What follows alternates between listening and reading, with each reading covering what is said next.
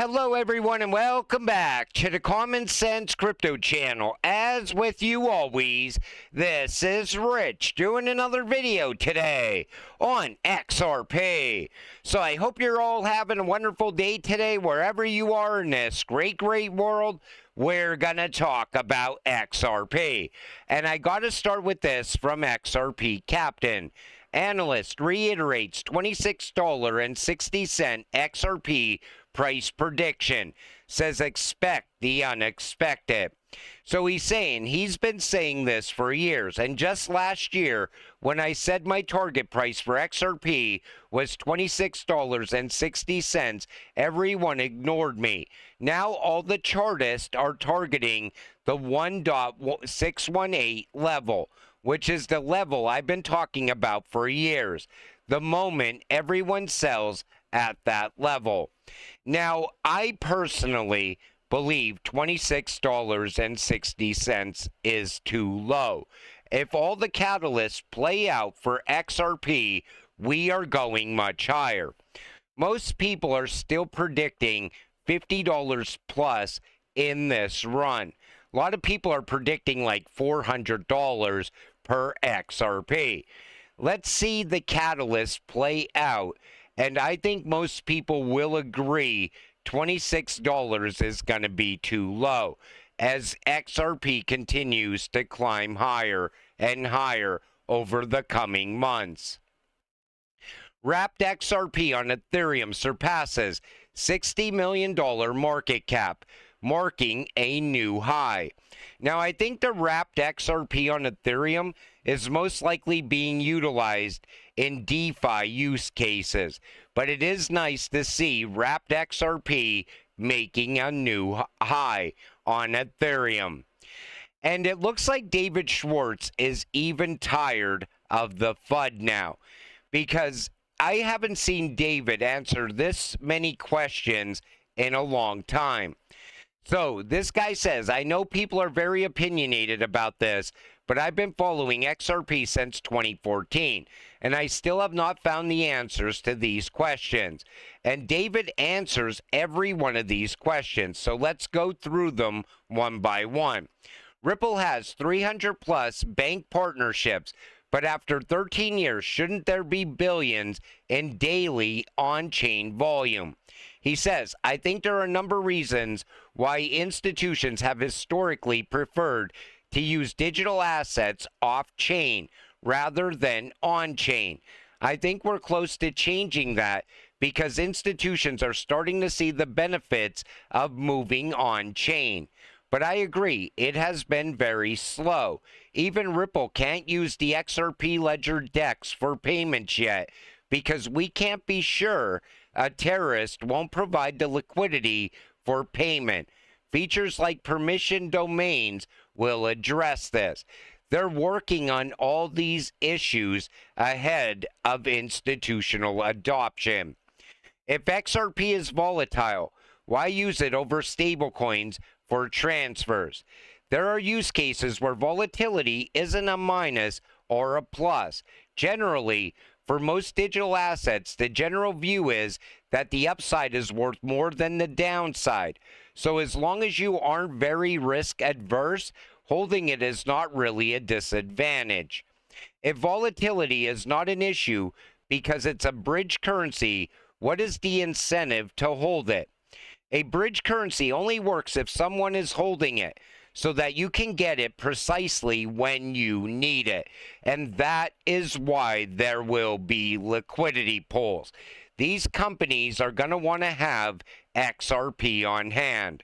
But I think that in practice, if you don't know what asset you will need to hold next, you may hold the dominant bridge currency because it should be cheaper to exchange into whatever you happen to need next. That's what's great about XRP. It can go in as any currency and come out on the other side as any other currency. It bridges anything of value. Are bridge currencies still necessary when stablecoins will cover most pairs in the future? If one stablecoin wins, then no. you would just use that stablecoin as the bridge currency. But I don't think one stablecoin can win for several reasons, including that a stablecoin can only be stable relative to one's particular fiat currency and will always have jurisdictional ties. If we're in a multi-stablecoin world, it still makes sense to have a bridge asset that serves the long tail of tokenized securities, loan portfolios, and so on. Every single stablecoin will need a bridge, because even if we have the digital dollar stablecoin here in the United States, when we're sending money to, let's say, the EU, you're still gonna need a bridge in between. That's why you continue to hold XRP. Why would giants like BlackRock use XRP Ledger for tokenization instead of building their own blockchain? Robinhood uses Arbitrum and plans their own. David says, I'm not sure how much that will really matter, so as long as we have interoperability and asset portability. Multiple chains are a good form of scalability as well. But I think the best way to see why they might is to ask the same question about Circle. Why don't they launch USDC only on their own blockchain? You can see why that's obviously silly. I think the same kind of logic will apply to tokenized real-world assets over the next year or two. BlackRock is not going to build their own chain. BlackRock is going to utilize all these other networks, like the XDC network, Hedera network, XRP Ledger, and so on. Geopolitical risk. Why would foreign countries trust a U.S.-based private company payment network? David says, if you're asking about the XRP Ledger, it's not really U.S.-based. It has never discriminated against any particular participant. And if it ever started to, I would hope people would stop using it. If you mean Ripple's enterprise payment products, we have separately licensed entities in many jurisdictions. But obviously, you're not going to see it in North Korea or Cuba anytime soon. And there might be, in some cases, pushback to a U.S. company having some control over, say, payments between Pakistan and Saudi Arabia. We build trust and we make hay where the sun shines. The reason that they will utilize something like XRP, even if it is considered US based, is because it works like a trust layer. It levels the playing field. It can exchange anything of value, and there aren't any other options. That's why they will use XRP. And XRP adoption is already here. You always see so many people saying nobody utilizes XRP. Well, here is a list, and you can see some of the big names on there. World Bank, Santander, Bitso, Amazon Web Services, American Express, Bank of America, and so on. And we will see more names added to these lists as those NDAs are revealed. I think the list is way bigger. There's a lot of NDAs out there. And David even went on to answer this as well. Is XRP still essential for Ripple? We hear a lot about RLUSD, but almost nothing about XRP anymore. David says, I don't have the numbers in front of me, but I'm pretty sure XRP's use as a bridge in Ripple's payments dwarfs every other asset. I think stablecoins win for collateral use cases. Volatile collateral is annoying. And edge use cases, volatility at the on-off ramps is also annoying. For almost everything else, I still think digital assets work better. Unless you're risk adverse, you'd probably prefer to hold most top-tier digital assets over cash. I also think that more use of XRP Ledger for real financial use cases will translate to more utility and value for XRP. XRP has a privileged place on the XRP ledger and is not as likely to get worked around as, say, ETH has been. And what he's telling you is that RLUSD, in most cases, is still going to require a bridge currency like XRP. Everybody always thinks that XRP is somehow going to be replaced. There's no replacement for this cryptocurrency. We already see how people talk about it. The demand for it, it continues to rise still. And we haven't even got the market really moving yet. Wait until it really starts to pop off. And this Ripple swell is starting to look incredible. So looks like Blackrock is coming to Ripple Swell 2025. Lock in.